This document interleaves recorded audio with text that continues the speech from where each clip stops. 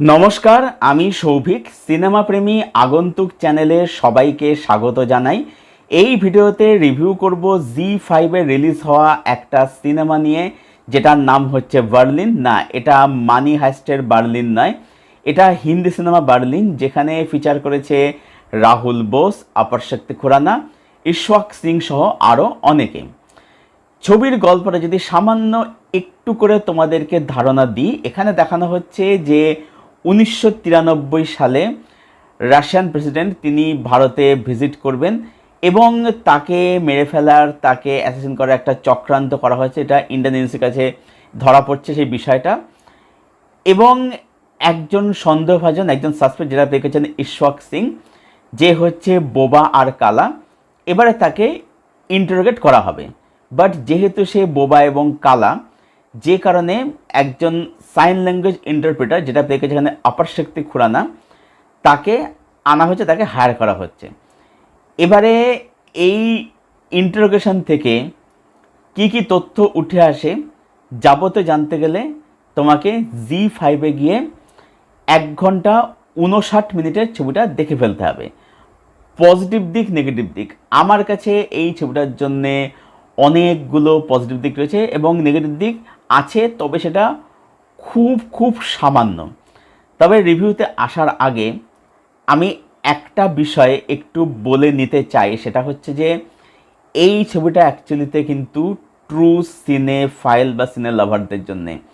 তার কারণ হচ্ছে, প্রথম কথা, এর যে ট্রিটমেন্ট সেটা খুব রিয়েলিস্টিক জোনের করা, এবং ছবিটা মোস্ট অফ দ্য টাইম, মানে 75% to 80% ছবিটা কিন্তু ওয়ান লোকেশনে বেসড, ঠিক আছে।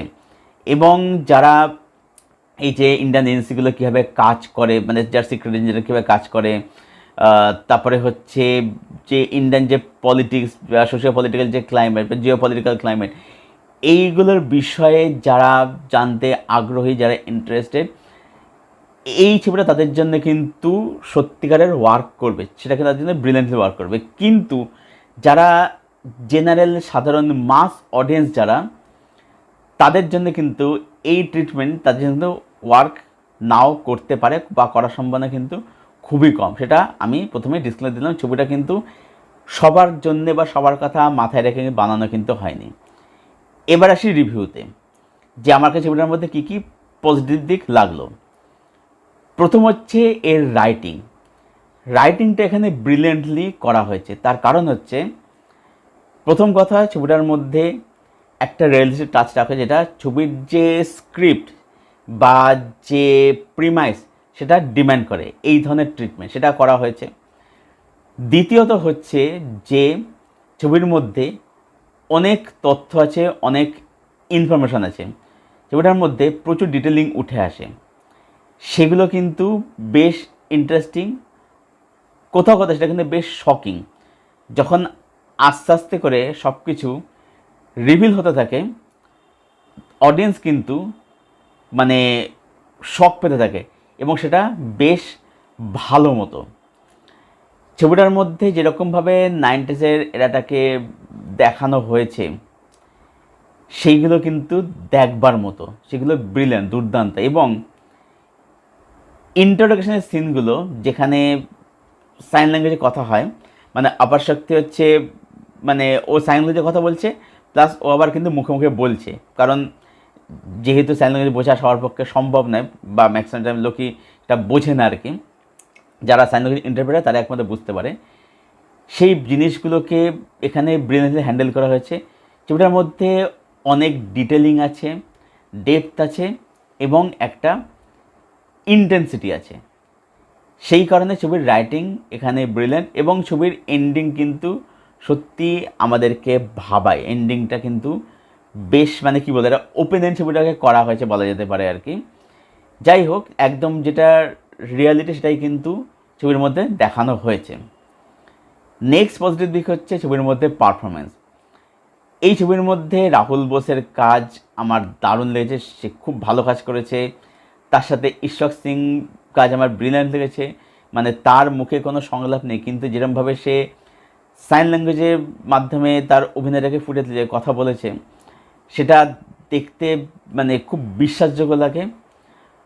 অপর শক্তির কাজ আমার ভালো লেগেছে, তবে তাকে নিয়ে আমার একটু সমালোচনা আছে, সেটা নেগেটিভ দিকে পরে আমি আসছি সেই বিষয়টা নিয়ে।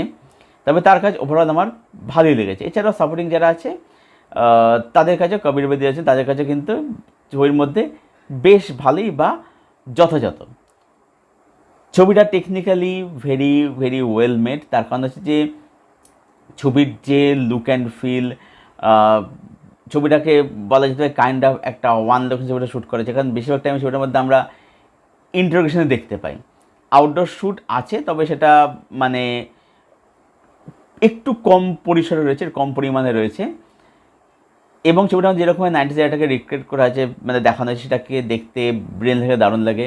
ছবির মধ্যে ক্যামেরার কাজ বলি, বিজিএমের কাজ বলি, ওভারঅল যে মেকিং, প্রোডাকশন ভ্যালু, সেগুলো কিন্তু দেখতে টপনস লাগে। এবং এটা বলা যেতে পারে যে ছবিটা যেরকম স্ক্রিপ্ট, যেরকম রাইটিং ছবিটার মধ্যে করা হয়েছে, তাতে কিন্তু এর যে সিনেমাটোগ্রাফিটা কিন্তু ভীষণ ভালোভাবে কিন্তু দারুণভাবে কিন্তু ম্যাচ কিন্তু করে যায়।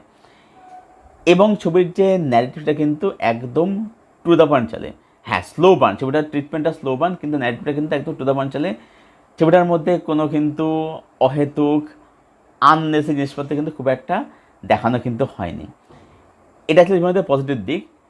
নেগেটিভ দিক সেটা হচ্ছে অপর শক্তি খুরানা। সেটা হচ্ছে যে অপর শক্তি খুরানা, তাকে আমরা স্ত্রীতে দেখি বিট্টুর চরিত্রে, সেখানে সে খুব ভালো কাজ করে, ভালো অভিনয় করে। এবারে সে চেষ্টা করছে এখন যে তার পাশাপাশি সিরিয়াস চরিত্রেও অভিনয় করার, যেখানে সে তার অভিনয় সত্তাটাকে দেখাতে পারে, সেটা খুব ভালো সেন। কিন্তু আমার মনে হলো যে তাকে সিরিয়াস চরিত্রে আরও বেশি তাকে মানে পরিশ্রম করা দরকার, অভিনয়ের দিকে আমি বলছি আর কি। কারণ কিছু জায়গাতে মানে বোঝা যাচ্ছে যে সে মানে সিরিয়াস হওয়ার জন্য প্রচণ্ড এফোর্ট দিচ্ছে, মানে কখনো ভুরু বড় করে নিচ্ছে, ভুরু কপালে তুলছে, কখনো চোখ বড় বড় হয়ে যাচ্ছে। এই ব্যাপারগুলো কিন্তু মানে খুব চোখে লেগেছে কিছু জায়গাতে। মানে বোঝা যাচ্ছে যে সিরিয়াস হওয়ার জন্যে সে নিজেকে মানে প্রচণ্ড মানে এফোর্ট দিচ্ছে আর কি। তো এটা যেন ন্যাচারাল যেন হয়, মানে নেক্সট টাইম সেটা যেন যেন সে খেয়াল রাখে, এটা বলবো তাকে নিয়ে।